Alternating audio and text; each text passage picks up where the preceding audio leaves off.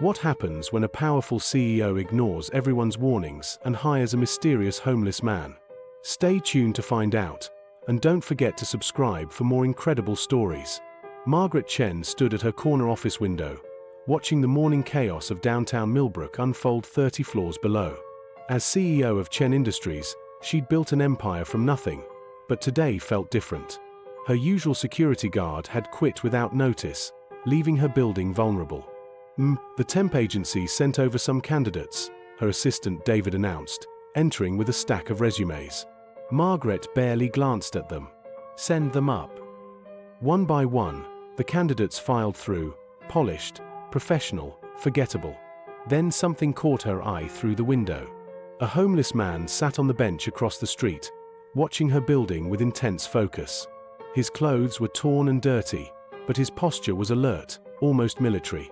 "Who's that man outside?" she asked David. "Just another vagrant. Security usually moves them along." But Margaret noticed something others missed. The man's eyes tracked every person entering and leaving the building. His positioning gave him a perfect view of all entrances. When a suspicious individual approached the building, the homeless man subtly shifted, ready to act. "Cancel the interviews," Margaret said suddenly.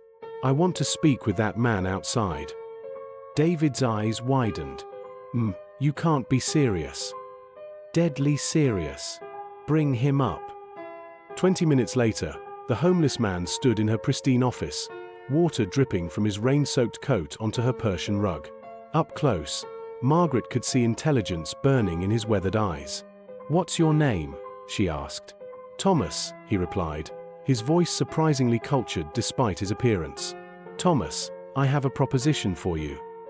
You want to hire a homeless man as head of security." David's voice cracked with disbelief. "Margaret, this is insane." The board meeting erupted in chaos. 5 executives spoke at once, their voices echoing off the mahogany walls of the conference room. "Our reputation will be destroyed," snapped Victoria Wells, the head of PR. "Insurance will never cover this," added CFO Robert Martinez. But Margaret had made her decision. Something about Thomas felt right, a gut instinct that had served her well in business. "He starts Monday." As the executives filed out, shaking their heads and muttering, Margaret noticed Thomas hadn't asked about salary, benefits, or even job duties. He'd simply nodded and said, "I won't let you down."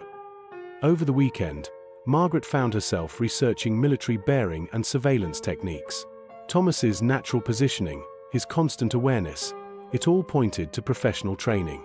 But who was he really? Monday morning arrived with its usual chaos, but something had changed.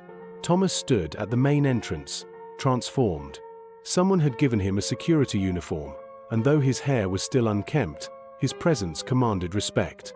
"Where did you get the uniform?" Margaret asked. "Found it," Thomas replied simply, but Margaret caught the hint of a smile. By noon, 3 separate incidents had occurred. Thomas had prevented a theft, identified a corporate spy, and somehow convinced a group of protesters to move their demonstration to the public park instead of blocking the entrance. "How did you know about the spy?" Margaret asked. "Experience," Thomas said, then walked away, leaving her with more questions than answers. 2 weeks into Thomas's employment, Margaret began receiving anonymous phone calls. The voice was always the same, gravelly, threatening. "You don't know who you've hired," the caller warned. "Thomas isn't who he claims to be."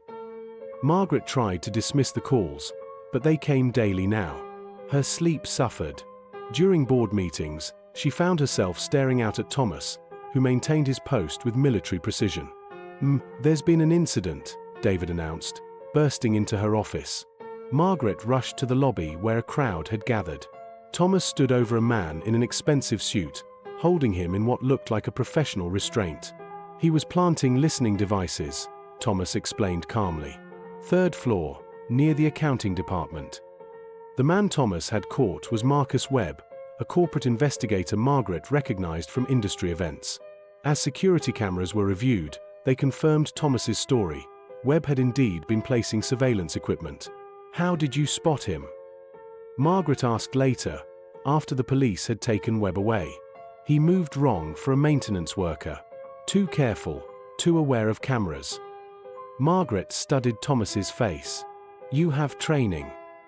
Everyone has training in something, Thomas replied, deflecting her probe. That evening, Margaret stayed late, watching Thomas patrol the building. His movements were too precise, too professional. When he thought no one was looking, his posture shifted from homeless vagrant to something else entirely, something dangerous. The anonymous calls continued. He's not protecting you, the voice insisted. He's watching you.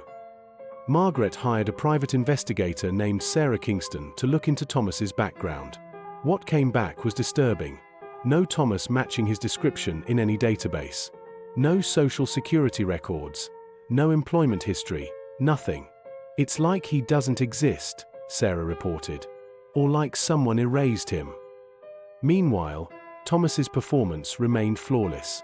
He'd prevented 2 more security breaches, identified a potential terrorist threat, and somehow convinced the mayor to reroute a problematic protest.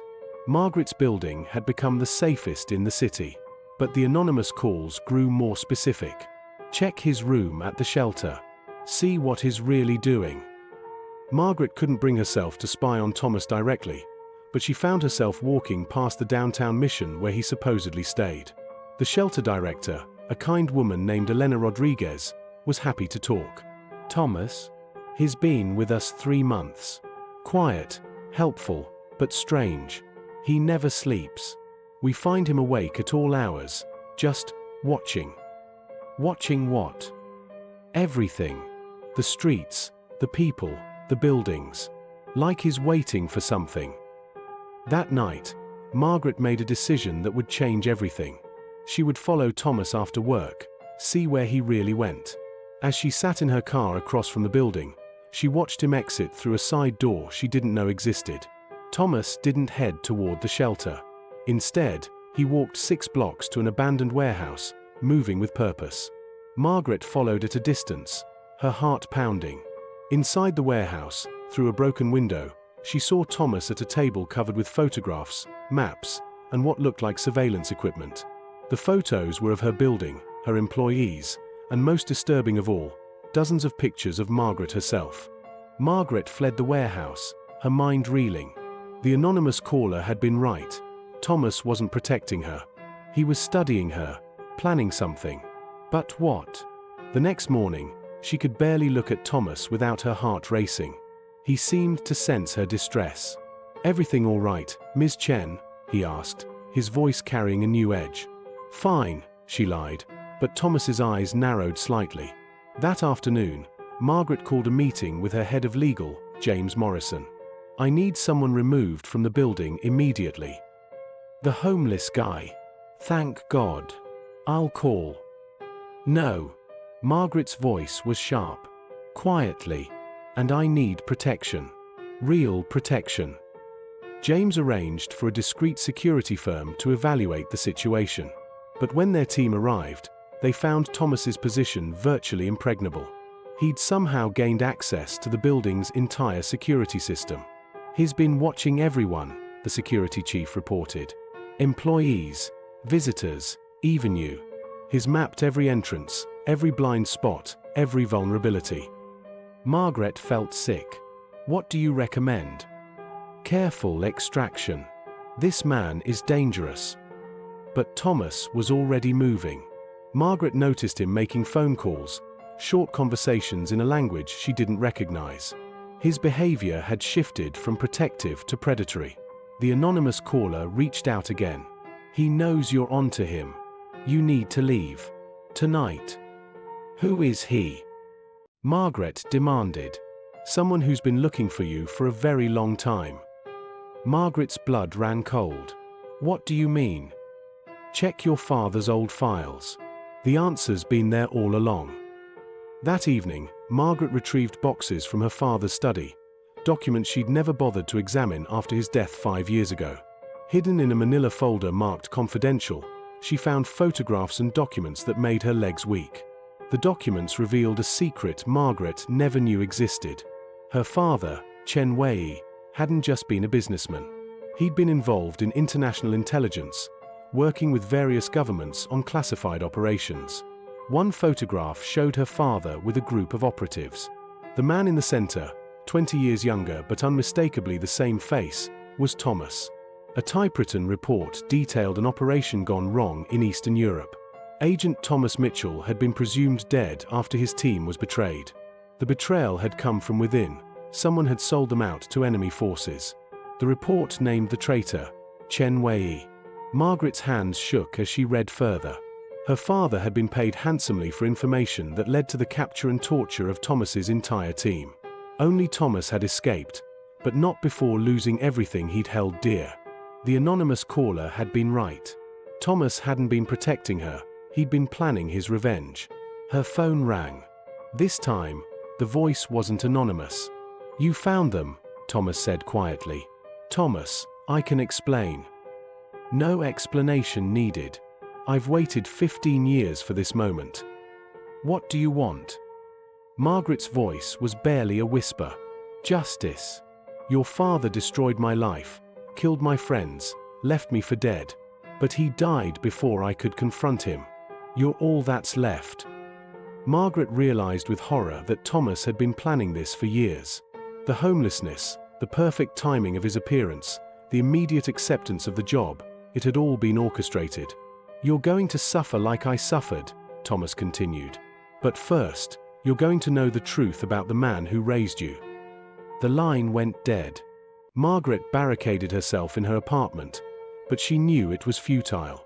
Thomas had demonstrated his skills repeatedly. If he wanted to reach her, he would. She called the police, but what could she tell them? That her homeless security guard was actually a presumed dead intelligence operative seeking revenge for her father's betrayal? They'd think she was insane. Instead, she called the anonymous caller who had been warning her. The voice that answered was familiar. "Elena. From the shelter." "Yes, dear. I've been trying to protect you." "You knew who Thomas was."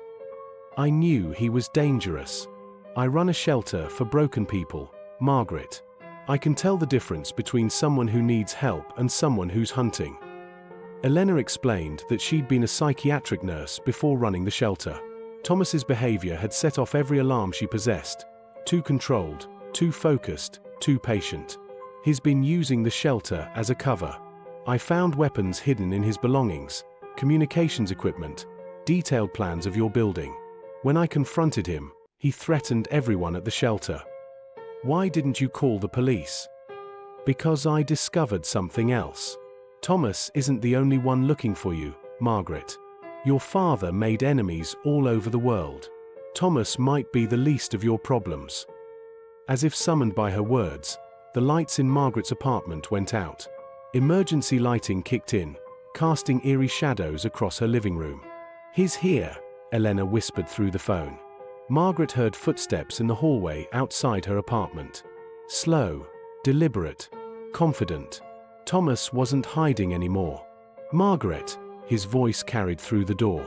"We need to talk." "Go away," she shouted, but her voice cracked with fear. "Your father's betrayal cost me everything. My team, my family, my identity. I spent 5 years in a foreign prison because of him. Another 10 years rebuilding myself, planning this moment." Thomas didn't break down the door. Instead, he simply walked through it. Margaret realized he'd had keys to her apartment all along. He'd been planning this for months, maybe years. "Sit down, Margaret," he said calmly, taking a seat across from her in her own living room. "What do you want from me?" "I want you to understand what your father was." Thomas pulled out a thick folder. He wasn't just a businessman. He was a broker. He sold information to the highest bidder, regardless of the consequences. Thomas spread photographs across her coffee table. "This was my team. Sarah, Jake, Marcus, and Linda. We were sent to extract a family from a war zone. Your father sold our location to the enemy for $2 million. Margaret stared at the photographs. Young faces, full of life and purpose. Sarah was going to be married when we got back. Jake had just become a father. Marcus was planning to retire and teach school. Linda was my partner in more ways than one. Thomas, I. They were tortured for information about other operations. I listened to their screams for weeks before I managed to escape. By then, it was too late. Thomas's voice remained steady, but Margaret could see the pain in his eyes. I spent years tracking down everyone responsible. Your father was the last name on my list. When I learned he'd died, I thought about giving up. But then I learned about you. I had nothing to do with this. No, but you're living off blood money. This empire, this building, everything you have, it's built on the lives of my friends. Thomas stood and walked to her window. I was going to kill you, Margaret. I was going to destroy everything your father built. But something changed. What? You're not him. You hired a homeless man despite everyone's warnings. You showed compassion when no one else would.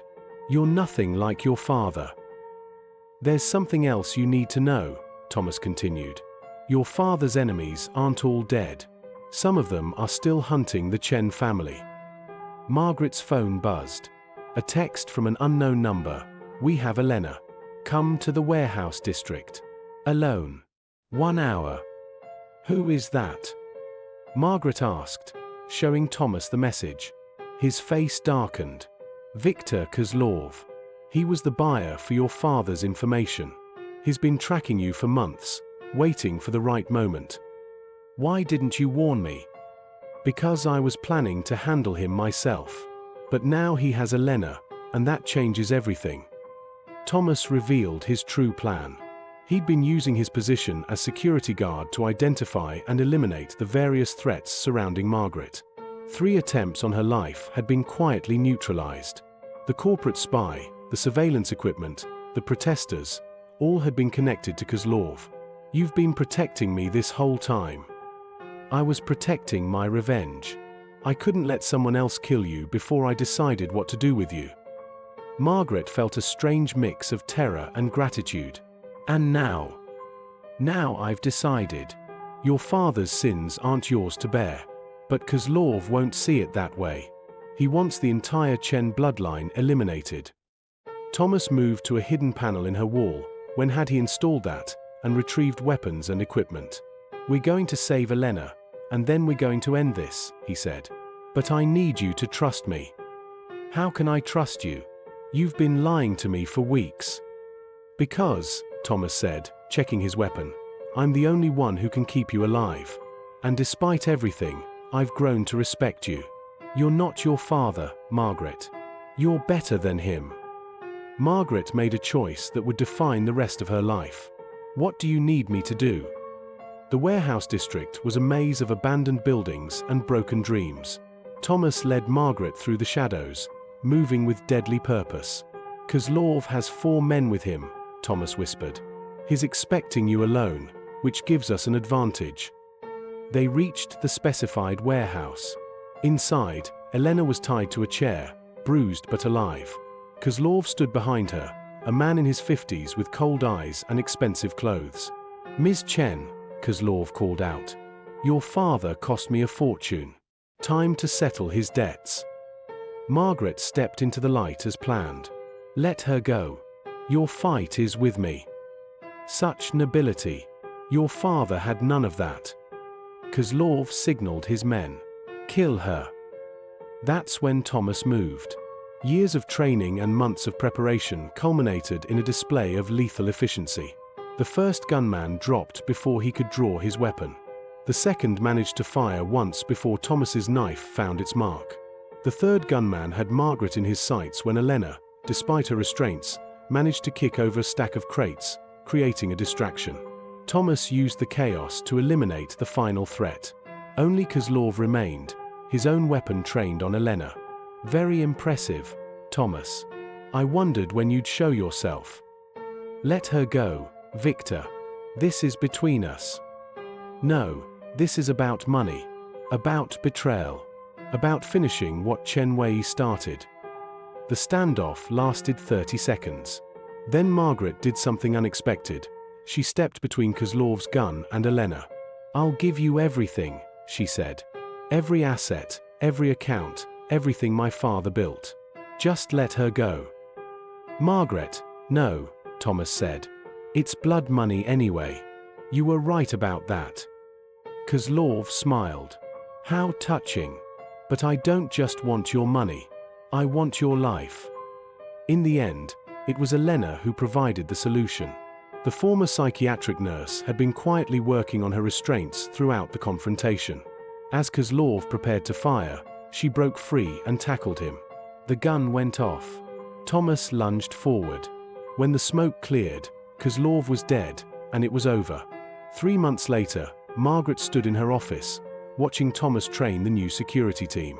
She'd liquidated half her assets, donating the money to victims of her father's crimes. The other half funded a foundation for veterans and refugees. Thomas had refused her offer of a permanent position, but he'd agreed to stay until she was safe. Their relationship had evolved from hunter and prey to something resembling friendship.